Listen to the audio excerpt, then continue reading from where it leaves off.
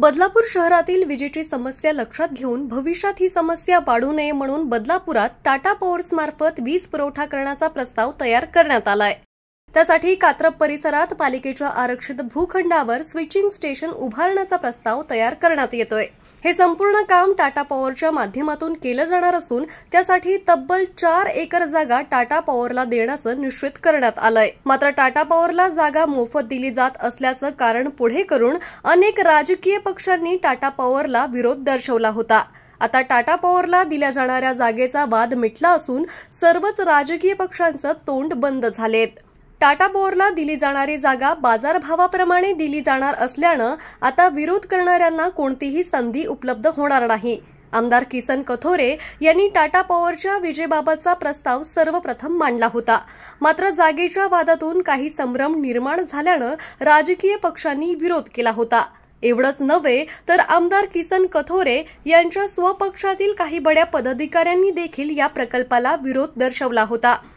या विरोधामुळे काही प्रमाणात टाटा पॉवरचे अधिकारी देखील नाराज झालेत। आता टाटा कंपनीची समजूत काढून पुन्हा हा प्रकल्प जलद गतीने मार्गी लावण्याचा प्रयत्न सुरू करण्यात आलाय। त्या संदर्भातील प्रस्ताव राज्य शासनाच्या नगरविकास विभागाकडे पाठवण्यात आलाय। त्यामुळे हा प्रकल्प पूर्ण झाल्यानंतर टाटा पॉवर कंपनी बदलापुरातील राज्य वीज वितरण कंपनीला वीज पुरवठा करणार आहे। त्यामुळे भविष्यातील विजेची समस्या कायमची दूर होण्याचा मार्ग मोकळा झालाय।